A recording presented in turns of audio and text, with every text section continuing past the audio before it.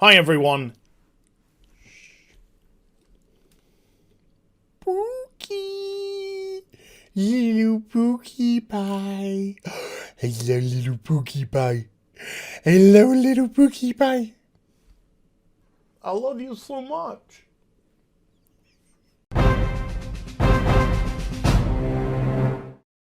Hi everyone, it's Az here from HeelvsBabyface. Yeah, a rare glimpse at Pookie. At my cat Belle. Now that I've cleared all the stuff here now, I've got my comic collection available. I can bag up the rest of the comics, put them in. I can now start to shift that out, put the cabinets there, get the stuff in the cabinets. Things are happening. Spring cleaning, pre-spring. There we go. But I thought I'd better put something to pander to you. Because we're going into first world problem time.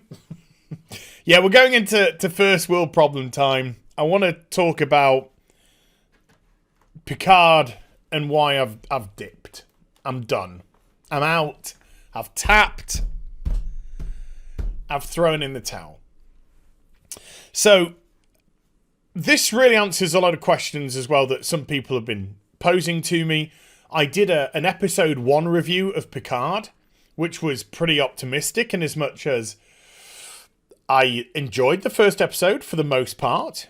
I was giving it the benefit of the doubt. Always a bad thing to do with Alex Kurtzman. I was giving it the benefit of the doubt and hoping that it would evolve into something that I would continue to enjoy. We had some member berries thrown in for us. We had the beautiful imagery of the Enterprise D. We had the interactions with Picard and Data. We saw the original. Well, these are the original, so technically not the original. The season 3 onwards. Star Trek uniforms with Data and Picard as well.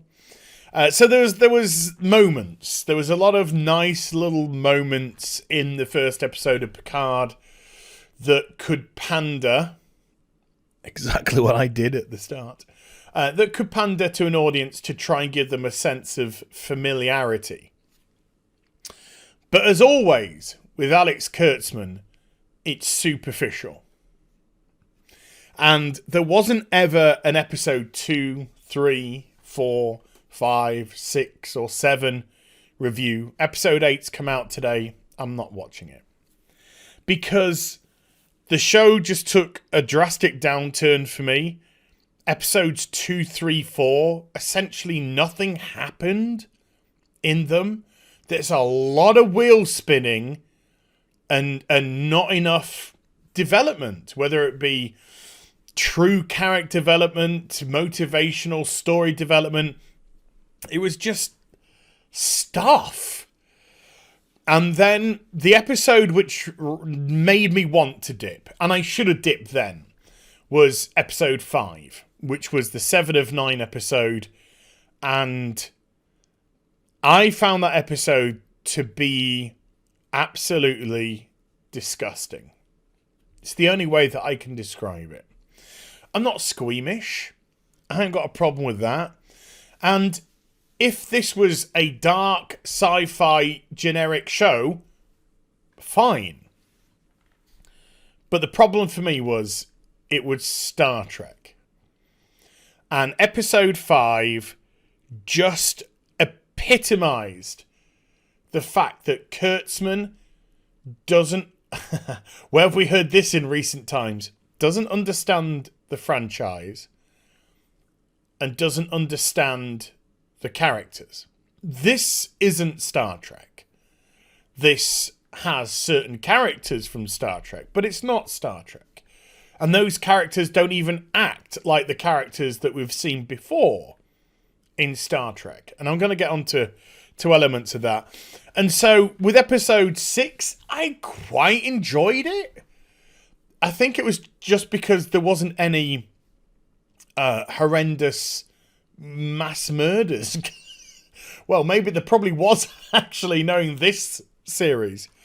But maybe it was just a slightly different change of pace from the previous episode that was a little bit more normal, that made me like it more. And then episode 7, it was just, I struggled so badly to get through that episode. And all the while, we were getting on Friday. America gets this on Thursday. Here in Britain, we get it midnight Friday. And every time Friday rolled around, I wouldn't be watching the show. Saturday would roll around, Sunday would roll around. I'd be sort of delaying the process of watching it more and more. And the tipping balance to me came, well, it should have, like I said, it should have been way before. But it came when I listened to Nerdrotic's review of episode 8, because I'm not invested in this series anyway. I'm sort of almost watching it out of a loyalty to my love of the next generation. But it's weird because it's a loyalty which isn't being reciprocated by the showrunner. If you understand, we'll kind of go into that. And so I'm fine with listening to reviews, you know. I'm fine with listening to spoilers because I don't care. I don't care. This is the problem. When you start getting apathetic about something, it's a massive problem. Because with Doctor Who recently, you see me get very animated. You see me get very mad. Very frustrated about certain elements. And that's because this is... I found this, so I got it out. This is my 9th Doctor TARDIS. Because I have a genuine love of the franchise.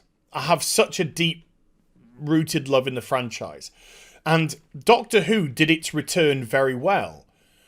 You know, it was cancelled back in, 89? 89, I think it was.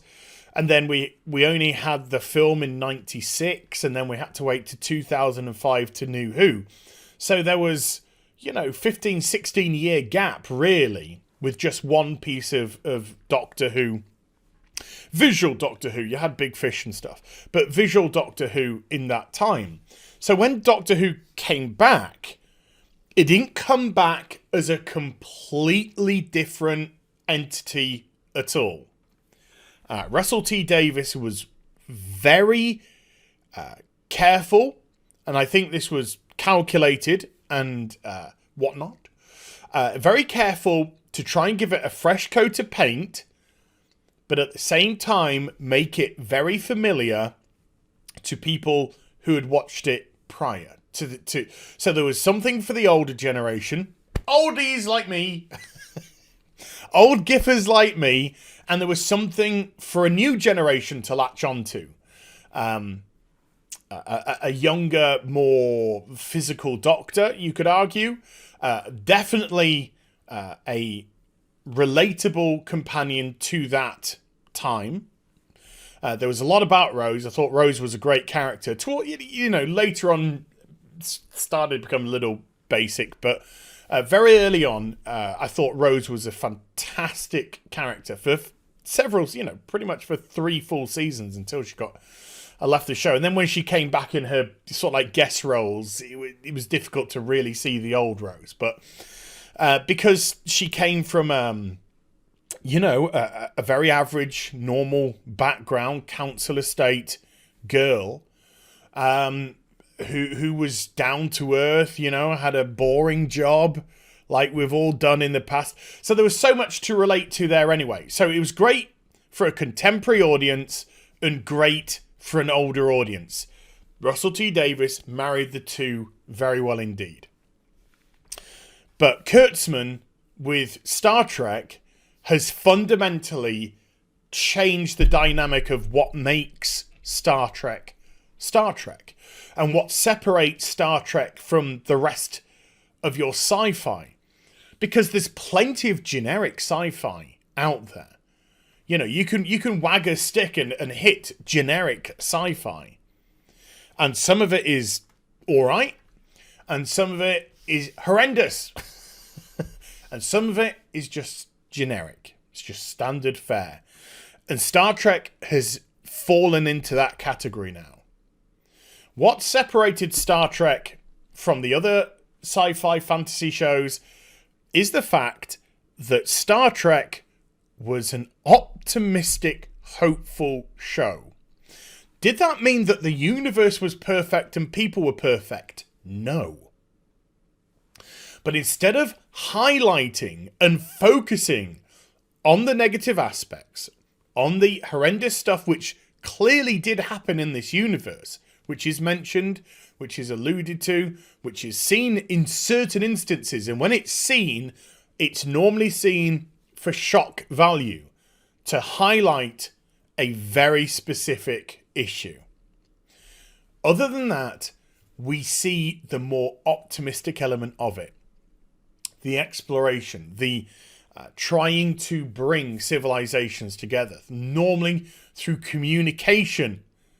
And it was very rare, in the grand scale of things, very rare that the Enterprise would actually engage in ship combat. So when it did, it had an impact. And you always had that tease with the Romulans. You always had that face-to-face with the Warbird. And you always thought this is eventually going to end up in the Enterprise and a Romulan Warbird, bang, going for it. And surprisingly, it kind of went the other direction. Because Star Trek was a hopeful show. And we ended up seeing wonderful moments of cooperation with the Romulans in a number of instances, which allowed you to think that these old enemies could find commonality. So it always kind of erred on that side. That doesn't mean that Star Trek The Next Generation didn't have its slightly darker episodes. And yes, by the way, in case you're wondering, I have absolutely 100% cut Wesley out on purpose. Soy Whedon out on purpose.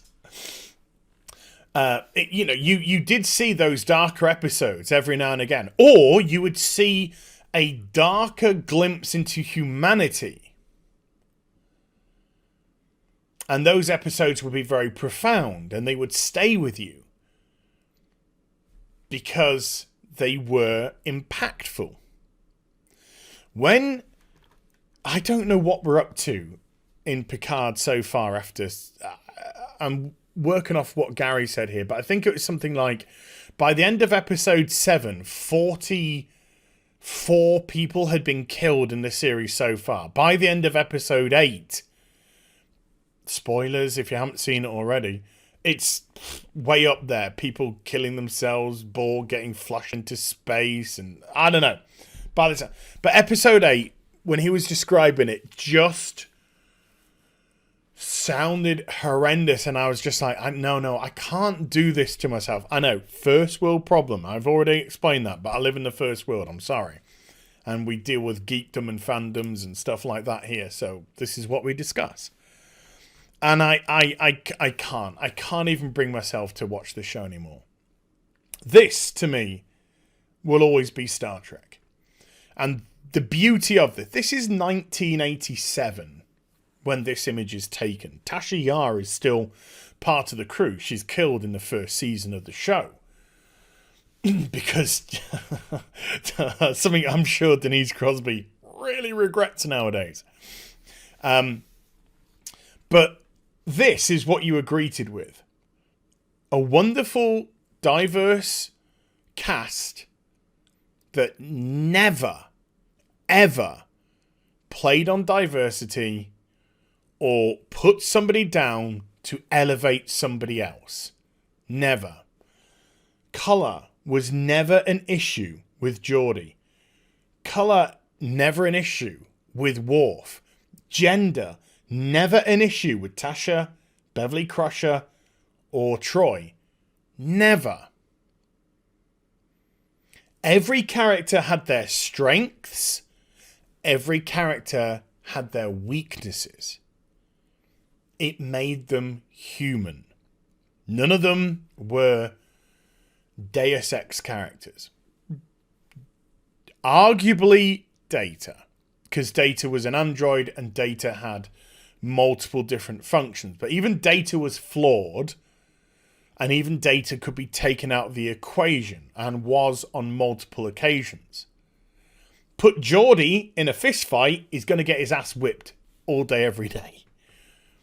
Put Geordi in a problem and he will solve it because his intelligence is crazy. He's blind. His disability doesn't affect him.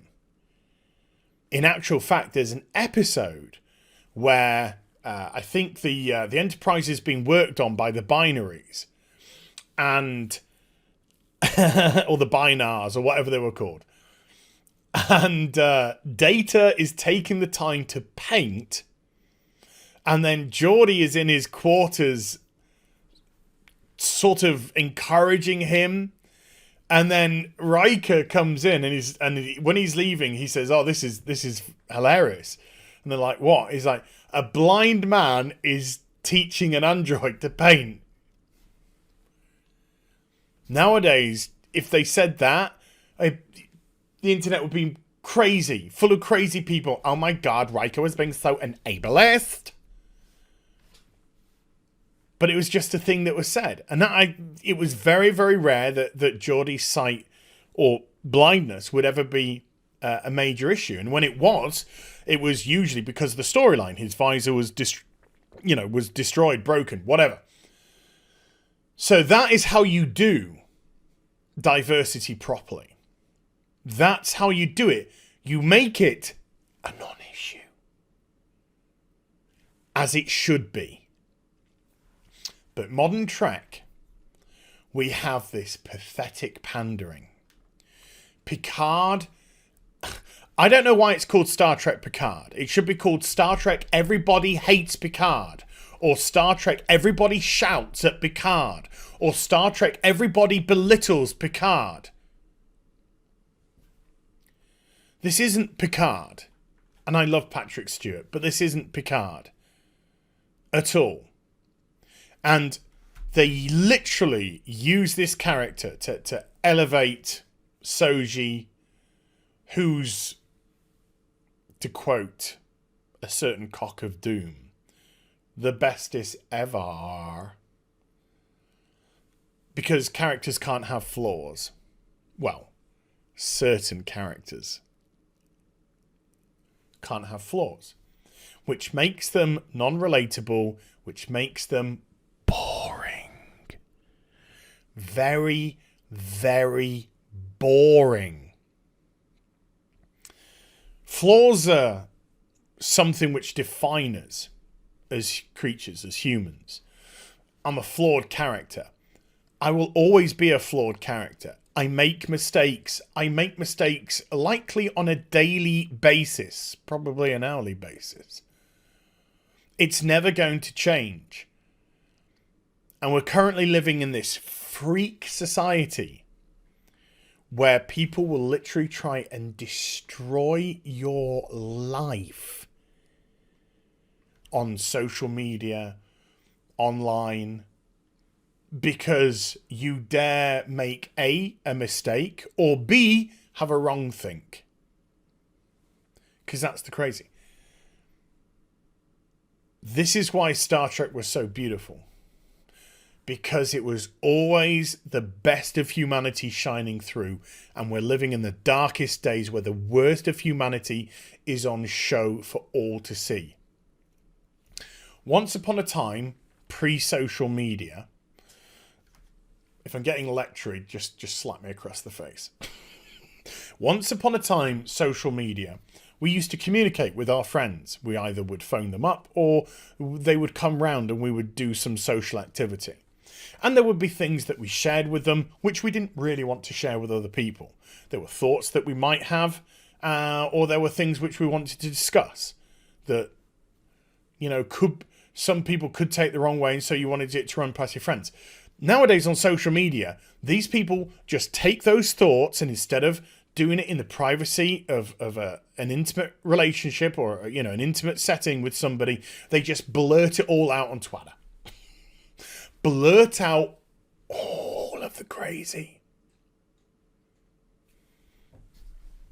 and let everyone join in. Oh, but I can't get behind a show that doesn't understand what made Star Trek Star Trek. What made Picard such an incredible character.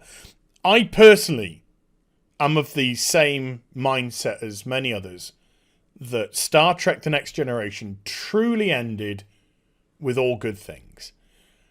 In the films, the characters became parodies of themselves. They were the shells of the character, but they weren't behaving like the character. The Picard from the films wasn't anything close to the Picard of the TV series. Neither was virtually any of the other characters.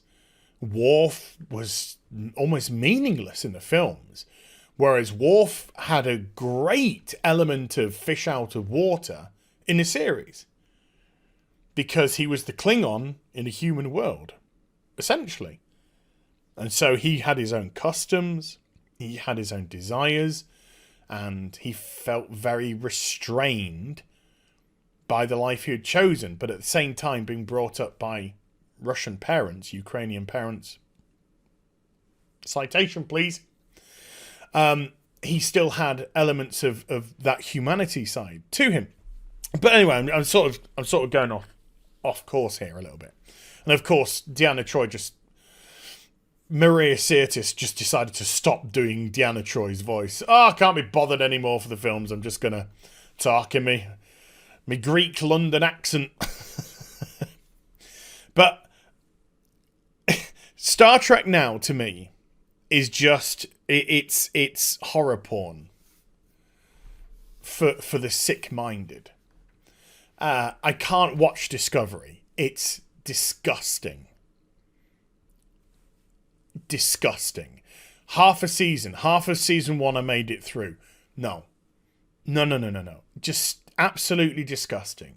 The characters are horrible. All of them. They lack depth. They lack character. They are props, for the most part, to be applauded. And they don't do anything worthy of praise. They're horrific. That's down to the writing, for sure. But, they've made sure they've got the correct cast that has the same mindset. I know, sorry, I'm waffling. I'm sort of waffling a bit now. So let's just kind of get back on track and wrap this, because it's very depressing. If you like Picard, that's fine. That's your prerogative to like it. If you think this is a continuation of The Next Generation, I'm sorry to say, but you're wrong. This is nothing to do with the series that we used to see. These are not the characters that we used to see. This is the mirror universe.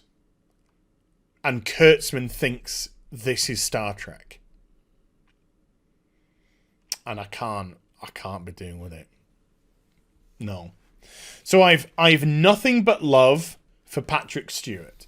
I've nothing but love for the whole cast of this show. I understand that times change. But when you fundamentally change a show, it's no longer that show. It no longer becomes Star Trek. And Kurtzman has done that with STD, which is a perfect name. And he's done it with Picard.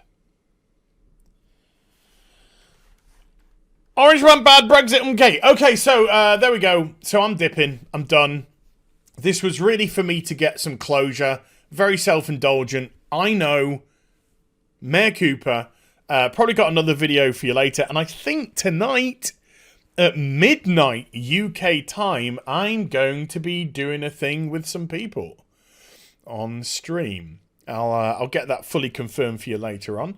But hope you enjoyed the vid. If you wanted to stick around and listen. If you did, do give it a thumbs up. And also subscribe to the channel, should you wish to. Follow me on social media and Twitch for live streaming, should you wish to. and I'll be back with some more stuff very soon. Look, folks, if you've stuck around this long, I have another Doctor Who article which I want to make a video on, but I'm very, very aware that there is just a lot of Doctor Who videos going up at the moment. So if you do get to this point, please tell me in the comment section if you want that video made. But I need to see it because I need to know. But yeah, so you take care and bye for now.